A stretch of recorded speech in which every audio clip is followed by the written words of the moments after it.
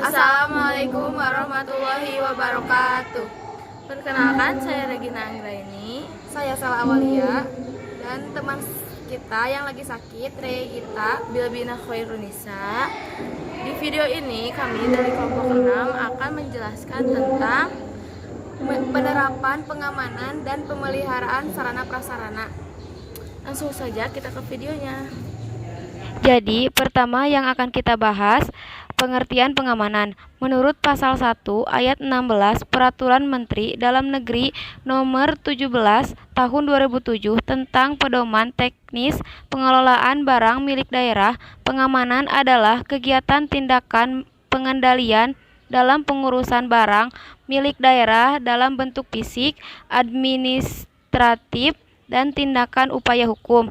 Yang kedua, pengertian pemeliharaan. Pemeliharaan adalah suatu kegiatan terus-menerus untuk mengusahakan agar barang atau bahan kantor tetap dalam keadaan baik atau siap untuk dipakai. Selanjutnya, dalam kegiatan perencanaan, pengamanan, dan pemeliharaan sarana dan prasarana kantor, ada beberapa hal yang harus disiapkan, di antaranya sebagai berikut. 1. Informasi atau data mengenai aset, sarana, dan prasarana yang akan dilakukan tindakan pengamanan dan pemeliharaan. Yang kedua, buku manual dan peraturan tersebut. Yang ketiga, hasil inspeksi dan saran yang ada. Yang empat, kondisi peralatan terkini. Yang kelima, catatan kinerja sarana dan prasarana. Yang keenam, jumlah dan kesiapan personil yang komponen untuk siap jenis pekerjaan, pengamanan dan pemeliharaan. Selanjutnya, tujuan pemeliharaan sarana dan prasarana.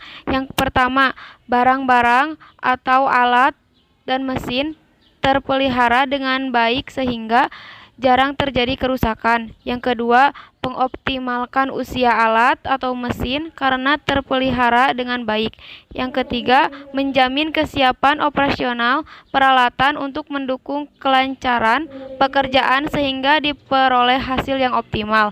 Yang keempat, menghindari kehilangan alat atau mesin karena telah terkontrol secara rutin. Yang kelima, menghindari penyimpanan yang tidak teratur.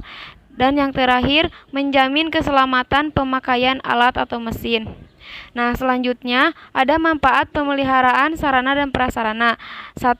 Mengurangi terjadinya sarana dan prasarana yang mengalami breakdown atau berhenti beroperasi. Yang kedua, konservasi aset menjadi lebih baik. Yang ketiga, meningkatkan ekspektasi umur peralatan dan komponen sehingga mengurangi penggantian dini terhadap bagian atau suku cadang sarana dan prasarana.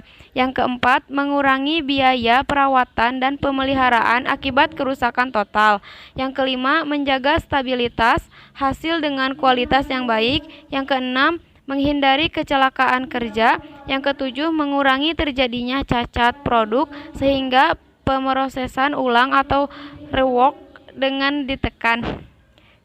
Selanjutnya, kegiatan inspeksi sarana dan prasarana. Inspeksi sarana dan prasarana adalah suatu kegiatan pemeriksaan operasional untuk memeriksa suatu kondisi sarana dan prasarana yang diperlukan oleh suatu kantor dalam melakukan kegiatan guna mencapai tujuan tertentu. Selanjutnya, macam-macam kegiatan pengamanan dan pemeliharaan sarana dan prasarana. Berikut adalah kegiatan pengamanan sarana dan prasarana kantor. Yang pertama yaitu pengamanan administrasi. Contohnya seperti pembukuan, inventarisasi, pelaporan, dan penyimpanan dokumen kepemilikan. Yang kedua, pengamanan fisik. Contohnya seperti pengamanan fisik untuk tanah dan bangunan, dilakukan dengan cara pemagaran dan pemasangan tanda pembatas. Yang ketiga, pengamanan hukum. Pengamanan hukum meliputi kegiatan melengkapi bukti status kepemilikan. Ada beberapa macam pemeliharaan barang-barang kantor. Yang pertama, menurut kurun waktu. Contohnya seperti pemeliharaan sehari-hari. Nah, pemeliharaan ini dilakukan setiap hari. Yang kedua, pemeliharaan berkala. Pemeliharaan ini dilakukan dalam jangka waktu tertentu, misalnya 1-3 bulan sekali. Menurut jenis barang, contohnya seperti barang bergerak, misalnya kendaraan bermotor, dan contohnya seperti barang tidak bergerak, misalnya dengan menutup keran. Selanjutnya, cara-cara pengamanan sarana dan prasarana. Berikut adalah beberapa kegiatan pengamanan sarana dan prasarana. Yang pertama, kepemilikan tanah perusahaan harus dibuat sertifikat atas nama perusahaan. Yang kedua, pemilikan bangunan harus dilengkapi dengan bukti kepemilikan atas nama perusahaan. Yang ketiga, kepemilikan perusahaan atas barang-barang selain tanah dan bangunan harus dilengkapi bukti status kepemilikan. Yang terakhir, pengasuransian aset perusahaan perlu dilakukan untuk menjamin kelangsungan hidup perusahaan. Selanjutnya, cara-cara pemeliharaan sarana dan prasarana. Adapun cara-cara melakukan pemeliharaan sarana dan prasarana kantor adalah sebagai berikut. Yang pertama, harus membersihkan barang-barang atau alat kerja setelah selesai digunakan. Yang kedua, mengoperasikan atau menggunakan barang-barang atau alat kantor sesuai dengan petunjuk dan aturan pakainya. Yang ketiga, menyimpan kembali barang atau alat yang telah digunakan pada tempat semula dalam keadaan baik dan benar.